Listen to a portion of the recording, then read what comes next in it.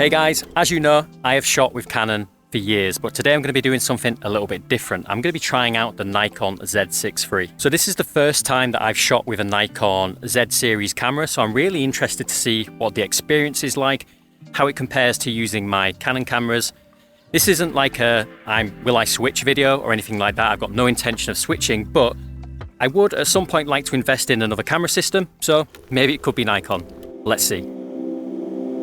I think it's always fun to try out a new camera system, and it doesn't happen all that often for me, but I have been eyeing Nikon for a while, so in this video I'm going to bring you along on a little portrait shoot, and I'm going to show you some B-roll in between, which was all filmed on the Z6 III as well. For this shoot I kept things simple, running the Z6 III paired with the Nikon Z 50mm 1.2 S lens. Now 50mm is my favourite focal length for portraits. I use the Canon version of this lens all the time. It's hands down my most used lens, so I was really curious how Nikon's version would stack up.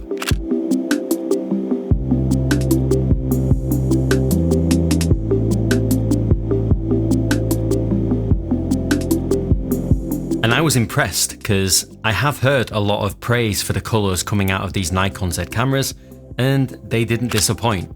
These images were really easy to edit, and the 50mm 1.2 seems to render really beautifully if we look at the out of focus background, and even the out of focus elements in the foreground in front of the model all look really nice and smooth, but you know I'm going to test it later on up against my R6 Mark II setup.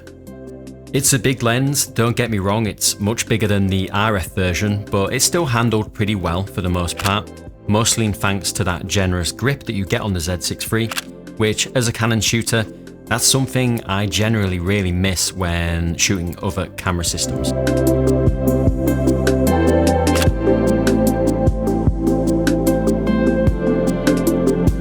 I was really happy with the skin tones too, and just look how sharp this setup can be. I really like how this shot looks.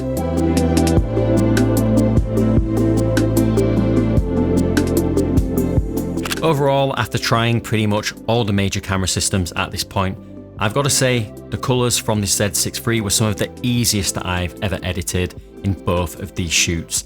Genuinely, the files just have this really natural, clean base that made grading feel effortless, and again, I shoot Canon because I love the colours, and I really think that the Nikon gets close. So yeah, overall, so far, well done Nikon. The dynamic range in photo also seemed very good, but honestly, I can't really remember the last time I tried any modern camera, to be honest, and found dynamic range to be lacking really in photo for the kind of things that I do.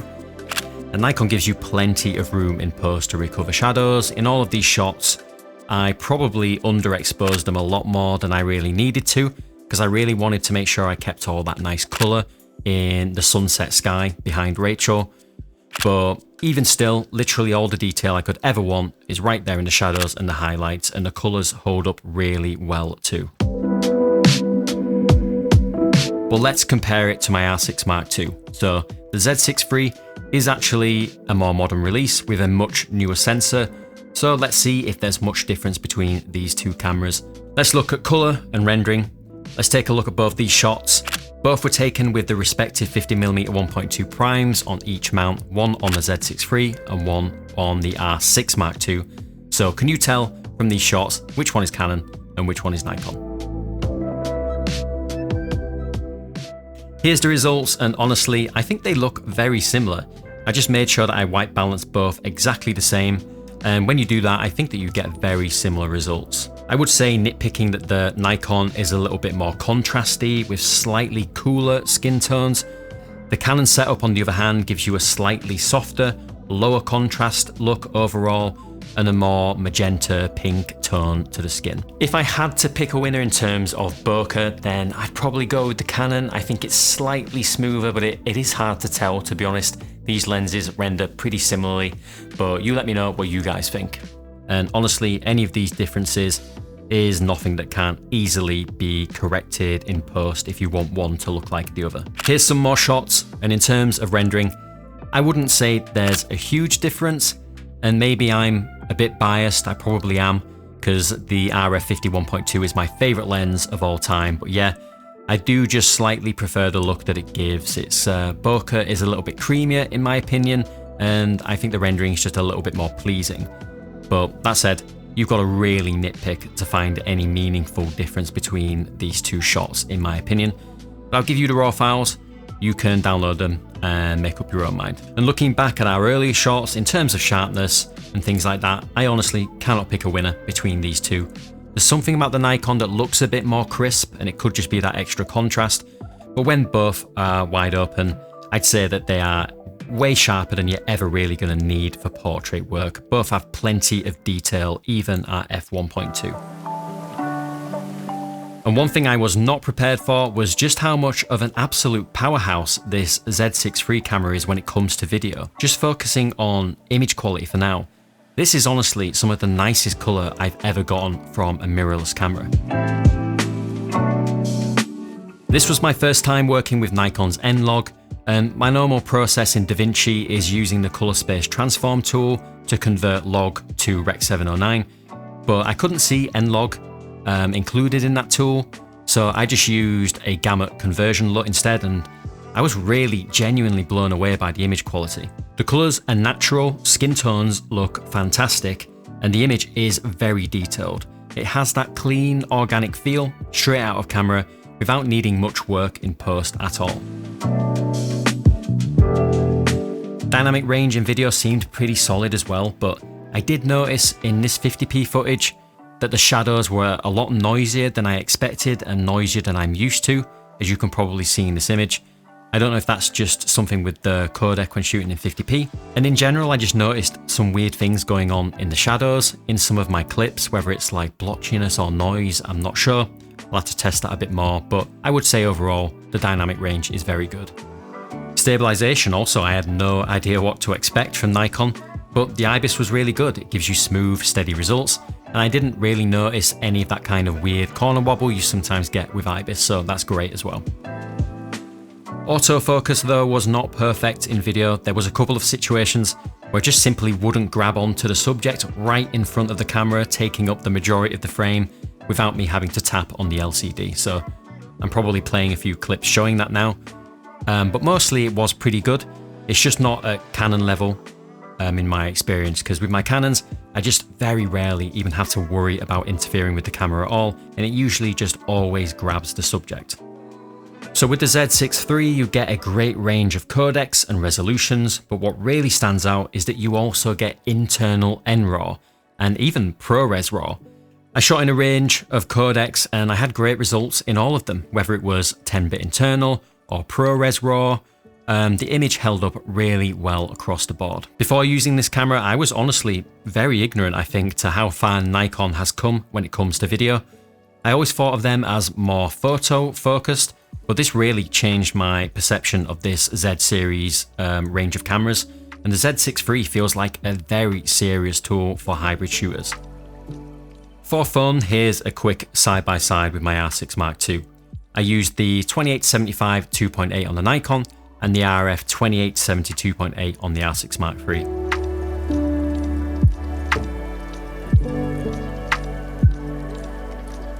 And again, I think colours are really similar, but the Canon this time is a little bit more contrasty and saturated, whereas you get a bit more of a flat image from the Nikon. The Canon image is also maybe a bit warmer and the grass is more golden, for example, but both still look great and both are really easy to grade and the footage looks very sharp. But let me know down below if you have a preference when looking at these two clips. So I have had a couple of shoots now with the Nikon, and as I've been going, I've just kind of been writing down my observations on my phone, both good and bad. So I'm just gonna run through these and then future voiceover James can go into a little bit more detail. And the first good thing is waveform and shutter angle, because I think in 2025, if you're marketing your camera as a hybrid, then it should have both those features, I think. So yeah, it's great to have both shutter angle and waveform in a camera at this price point. And I also really like that it's very easy to toggle the waveform on and off. The other thing that I really like is that there's a setting that will automatically toggle between fully mechanical shutter and electronic first curtain shutter depending on your shutter speed. I really like this setting as someone who regularly shoots with very fast primes. With my Canon, for example, I've got to remember to switch out of electronic first curtain shutter when I go above certain shutter speeds to avoid any kind of weird rendering issues. But with the Nikon, that's all taken care of automatically. Oh yeah, this is a big one. As a Canon shooter, I love the fact that Nikon is open to third-party full-frame lenses from brands like Sigma and Tamron. So I was wrong about this. I really thought that you could get Sigma full-frame lenses on Nikon Z, but it turns out you can't. You can only get the APS-C lenses for now. So you're in the same boat as we are on Canon RF mount with Sigma at least. But that said, you can still get some really solid full frame lens options from brands like Tamron and Viltrox. And I've heard great things about both. And honestly, just having these two options gives Nikon users more third-party full frame choices than we currently have on Canon RF mount. There are also a few lenses on the Nikon Z lineup that I'd love to see Canon versions of. So that Tamron 35-150, for example, looks like an amazing wedding lens, and I'd love to see an RF version of this Nikon Z 35mm f1.2. That would be incredible. And I also really like the look of this 40mm f2 pancake lens. It looks super compact and affordable, and something that Canon's missing right now. I also really like that Nikon offers a 24-120 f4, so if Canon ever does a Mark II version of their 24-105, I'd really like to see them stretch the range a little bit like Nikon has. And lastly, I really hope that we eventually get some kind of 70-180 f2.8 on RF like Nikon has with theirs, because that really hits a sweet spot in terms of price, size and performance. The final thing I put in a good column was all to do with the camera's feel. So this camera has a great grip, but I will say that it feels more angular than I imagined that it would. It's not as bad as Sony or Lumix, I wouldn't say, but still, I do much prefer Canon's general body design. Nikon did a great job with the grip and overall ergonomics on this camera, but I'll be honest, I still prefer Canon's approach, especially with those more rounded edges against the more angular, sharp edges design of the Nikon, and to be honest, most other mirrorless cameras. Credit where it's due though, the build quality is seriously impressive. This camera and this lens feel rock solid and built like a tank. Obviously, ergonomics is super subjective, and I'm trying my best to be as unbiased as possible here. I'm well aware that part of this is just that I am really used to Canon. I've been shooting with Canon for so long that this is what feels normal to me, but even trying to separate that familiarity from what's objectively better, I've still got to say that I think Canon comes out of top for me in terms of feel and ergonomics. But that said, Nikon is definitely a solid second place for me. So now onto the things that I noticed that were not quite as good, and the most consistent thing that I noticed walking away from each of these shoots was definitely the autofocus and how I found that I struggled with it a little bit sometimes. So autofocus in photo wasn't too bad. I did have a couple of misses that I probably just put down to shooting at f1.2, and I did occasionally have to tap on the subject on the LCD to get it to focus, but it did feel better than Lumix to me, for example. But it was video where I had more issues. It could have just been user error, I don't know, so here are my focus settings on screen, so let me know if I did mess up somewhere. The other thing that I noticed with this Nikon is definitely the menu system. It's a bit more dense than I'd like, and as someone who just kind of dived in and just wanted to start using this camera, I found the menu system a little bit overwhelming. Setting up the Z6 III was a bit of a struggle for me at first. Some things like turning on waveform in video were surprisingly hard to find in those menus. I'm just not a huge fan of this style of menu where you're just scrolling through pages and pages of settings without things being kind of grouped in a particularly logical way, I don't think. I definitely prefer Canon's approach where the menus are broken up into more digestible sections. For example, you've got a dedicated autofocus tab with everything in one place. It just makes more sense to me. With the Nikon, I'd have to scroll by flash settings and other various things all in one menu just to tweak the autofocus stuff. But of course, Nikon, like most camera systems, offers some kind of customizable quick menu. So to be fair, most of the important stuff you're going to want to change often can be put into that, so you don't have to go rooting through the menus very often. And that said, I do still really prefer the Nikon menus over Sony's, for example, and I did eventually get used to them. But in terms of user interface, I think Canon has done a great job. In my experience, they're second only to probably Leica when it comes to menu design and ease of use. The other thing I noticed compared to my R6 Mark II is just that the setup in general feels a lot bigger, especially with this 51.2. So yeah, even though the rendering between these two lenses is fairly similar, the Nikon lens is just much bigger compared to my Canon setup. The Canon version just feels a bit lighter and a bit more comfortable to use compared to the Nikon's more front-heavy design. Even the 28-70 is a little bit larger than Canon's closest equivalent, and as somebody who travels an awful lot with my camera equipment, that kind of size difference, let alone the weight difference, is something that I would have to really take into account when it comes to packing my gear to travel. So that's it. I really enjoyed stepping outside of the Canon world and trying something new. And I think as somebody who mainly reviews Canon, it is good for me to see what the competition's doing, and it gives me a clearer sense of what Canon's doing well and where there is room to improve. And also with the R6 Mark III probably around the corner, the Z6 III feels like the camera to beat. So it's going to be really interesting to see how Canon responds. This wasn't a full review, of course. I don't think it's fair to do that because I didn't get loads of time with the Z6 III. But if you would like me to do a more in-depth review or comparison with my R6 Mark II, let me know in the comments.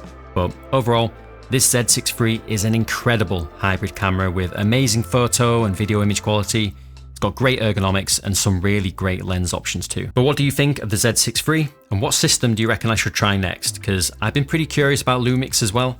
And like I said, I would really like to invest in another camera system at some point to use alongside my Canons. And I'm really liking the look of that new S1 Mark II from Lumix. So I'd like to try and get my hands on that if I can. But that's it for me now anyway. Thank you guys so much for watching, and I'll see you all next time.